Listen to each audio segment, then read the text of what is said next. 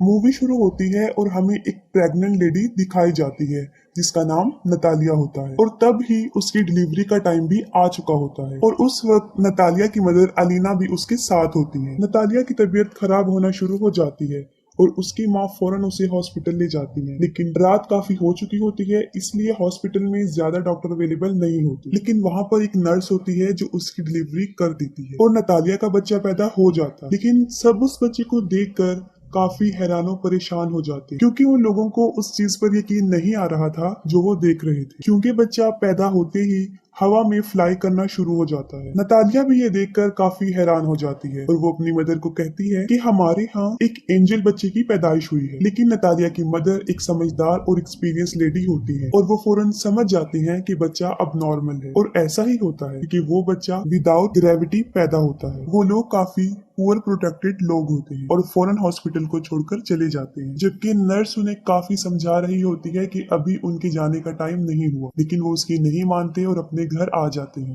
जब वो लोग घर आ जाते हैं तब नतालिया की मदर उसे एक अजीब सा क्वेश्चन पूछती है। वो पूछती है कि तुम याद करो कि इस बच्चे का बाप कौन है, लेकिन नतालिया को याद नहीं आ रहा होता कि उस बच्चे का बाप कौन है। फिर उसकी मदर उसे बताती है कि ये कोई नॉर्मल बच्चा नहीं है और इस बात को हमें राज रखना, और अगर इस बात का किसी को पता चल गया तो हमें कई मुसीबतों का सामना करना पड़ सकता। फिर वो बच्चे का नाम सिलेक्ट करते हैं, तब उसका नाम ऑस्कर रखा जाता है और ऑस्कर सच में नॉर्मल बच्चा नहीं था क्योंकि उसे संभालना काफी मुश्किल था। जब वो लोग उसे अकेला छोड़ते थे तो वो छत से ही चिपक जाता था और देर तक वहीं चिपका रहता था। ये देखकर उसकी नानी उसके लिए काफी बेल्ट्स बनाती हैं ताकि वो बच्चा जमीन पर ही रहे, और छत को भी वो काफी सॉफ्ट और लाइट वेट बना देते हैं ताकि बच्चे को चोट न लगे, क्योंकि उन लोगों को इस बात का भी डर था कि अगर उन्होंने इसे बाहर अकेला छोड़ दिया तो वो हवा में उड़ जाएगा और स्पेस में कहीं चला जाएगा। तभी वो लोग ऑस्कर के लिए काफी कॉन्शियस होते हैं और उसकी नानी और उसकी माँ उसका काफी ख्याल रखते हैं। फिर वक्त के साथ साथ ऑस्कर बड़ा होना शुरू हो जाता है, लेकिन वो घर पर ही रहता है क्योंकि उसकी नानी उसे बाहर जाने नहीं देती। घर रहकर वो मोस्टली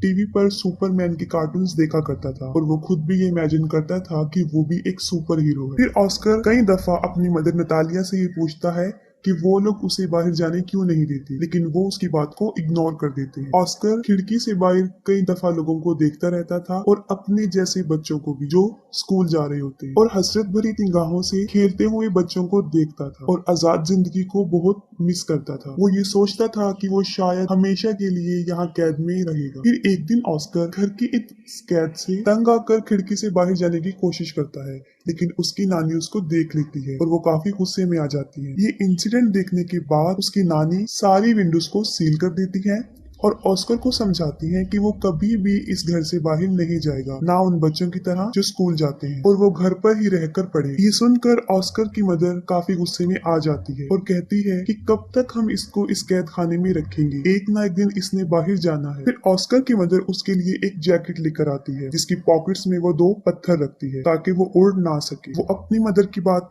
नहीं सुनती और ऑस्कर को बाहर ले जाती है और साथ में वो ऑस्कर को ये भी बताती है कि वो सुपरमैन की तरह अपना राज किसी को नहीं बताएगा, वरना वो भी कभी सुपरमैन नहीं बन सके। फिर एक दिन ऑस्कर अपनी मदर के साथ कुछ सामान परचेज करने चला जाता है और वहाँ पर एक बच्ची से टकरा जाता है। उस बच्ची का नाम अगाथा होता है। अगाथा का सारा सामान उसके हाथ से नीचे गिर जाता है और वो ऑस्कर पर काफी चिल्लाती है और ऑस्कर को 2 पानी की बोतल्स दे देती है कि अब तुम्हारी पनिशमेंट ये है कि तुम इसे मेरे साथ मेरे घर लेकर जाओगे। लेकिन ऑस्कर इसके लिए इनकार कर देता है, लेकिन अगाथा उसे बहुत इंसिस्ट करती है। तब ऑस्कर इसके लिए राजी हो जाता है और अपनी मदर को बगैर बताए वो उस बच्ची के साथ चला जाता है। अब ऑस्कर के हाथ में 2 भारी बॉटल्स होती हैं और उसके पॉकेट्स में पत्थर भी होते हैं, जिसकी वजह से वो काफी हैवी महसूस कर रहा होता है। वो अपनी पॉकेट से दोनों पत्थरों को निकालकर फेंक देता है। अब एगाथा के साथ उसकी फ्रेंडशिप हो जाती है। फिर एगाथा अपने घर पहुंच जाती है और वो ऑस्कर से पानी की बॉटल्स मांगती है, लेकिन ऑस्कर पानी की बॉटल्स देने से इनकार कर देता है क्योंकि उसे पता होता है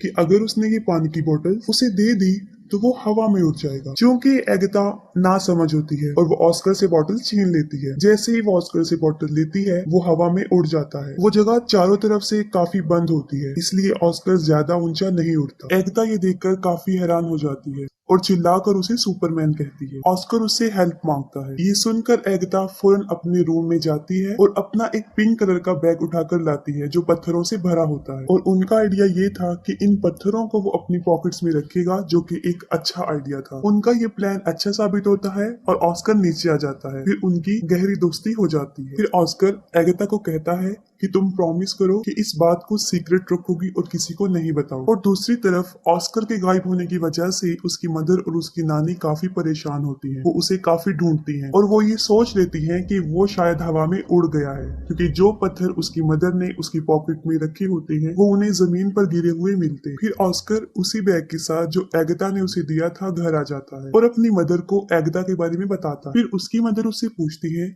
कि कहीं तुमने अपना राज उसे तो नहीं बता दिया, लेकिन वो अपनी मदर से झूठ बोल देता है कि मैंने नहीं बताया। फिर ऑस्कर और एगाथा कई दिन तक एक दूसरे से मिलते रहते थे। फिर एक दिन ऑस्कर की मदर को इस बात का पता चल जाता है कि एगाथा उस राज के बारे में जानती है। फिर उसी दिन के बाद उसकी मदर उसे एगाथा से मिलने नहीं देती, जबकि एगाथा काफी दफा ऑस्कर से मिलने उनके घर पर आती थी, लेकिन नतालिया उसे दरवाजे से ही भेज दी। फिर उन लोगों के आसपास के लोग उन्हें मशकूक निगाहों से देखने लगे, क्योंकि उन्हें ऐसा लग रहा था कि शायद ऑस्कर की मदर और नानी उसके साथ बुरा सलूक करती हैं, तभी वो उसे घर से ज्यादा बाहर आने नहीं देती और वो स्कूल भी नहीं जाती। फिर इस बारे में वो पुलिस को बता देती। फिर अगले दिन पुलिस उनके घर आ जाती है और उन लोगों को वार्न करती है कि वो ऑस्कर को कल से स्कूल भेजे, और मजबूरन उन लोगों को ऑस्कर को स्कूल भेजना पड़ा। फिर ऑस्कर की मदर उसके साथ स्कूल जाती है और उन्हें इस बात का भी ख्याल आ जाता है कि ऑस्कर एक नॉर्मल लाइफ नहीं जी सकता। फिर वो ऑस्कर को ले आती हैं और उनकी आंखें आंसुओं से भर जाती हैं। उसकी मदर इस सारी बात को समझ जाती है और वो घर छोड़ने का फैसला करते हैं। फिर वो अपने घर को छोड़कर बहुत दूर एक जगह पर रहना शुरू कर देते हैं। काफी साल गुजर चुके होते हैं।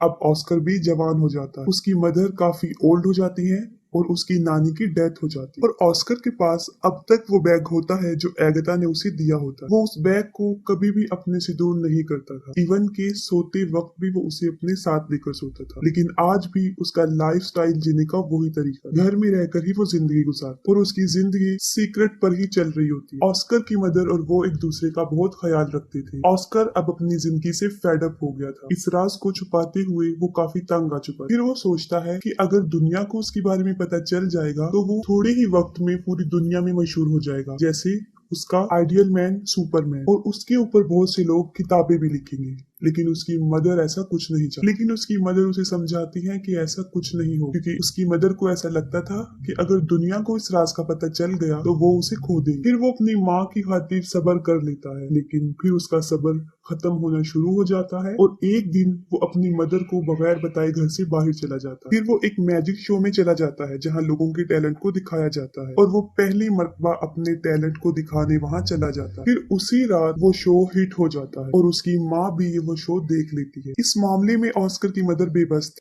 काफी लोग ऑस्कर को टीवी पर देख चुके होते हैं और वो फेमस भी हो चुका होता है। फिर अगले दिन वो एक आदमी जिसका नाम डेविड होता है उससे मिलता है, और असल में वो आदमी कंटेंट एजेंट होता है। वो ऑस्कर को कहता है कि मैं तुम्हारी मशहूर होने में मदद कर सकता हूँ, हम बहुत बहुत बड़े शो ऑर्गेनाइज करेंगे जिससे तुम फेमस हो जाओगी। फिर वो ऑस्कर को एक बहुत बड़ा घर दे देता है जहाँ पर वो रह सके, और उससे कॉन्ट्रैक्ट पर साइन भी करवाता है, क्योंकि ऑस्कर भी मशहूर होना चाहता था। वो दोनों मिलकर बहुत बहुत बड़े शो में जाकर अपनी परफॉर्मेंस दिखाते हैं, और रातों रात ऑस्कर भी एक फेमस पर्सनैलिटी बन जाता है, और बाद में ऑस्कर को नाम दिया जाता है द मैन विदाउट ग्रेविटी। वो लोग अपने काम में काफी इंजॉय कर चुके होते हैं और उन्होंने काफी पैसा भी कमा लिया होता है। लेकिन फिर एक दिन ऑस्कर को इस बात का रियलाइज होता है कि जो ड्रीम उसने बचपन में देखा था सुपरमैन बनने का, वो सुपर हीरो नहीं है, बल्कि वो तो एक कठपुतली बन चुका है जिसे लोग अपने एंजॉयमेंट के लिए इस्तेमाल करते हैं। कभी तो लोग उसे फोटोशूट में बुलाते थे और कभी किसी मैजिक शो में। फिर आहिस्ता आहिस्ता उसे ये सब नापसंद होना शुरू हो जाता है। हालांकि उसके ऊपर बहुत सारी बुक्स लिखी जाती हैं, बहुत सारे मैगजीन्स छपते हैं और कुछ ऐसी डॉक्यूमेंट्रीज जिसमें उसकी नानी और उसकी मदर को काफी बुरा प्रेजेंट किया, जिसे ऑस्कर को काफी बुरा लगा। और फिर एक आखिरी शो होता है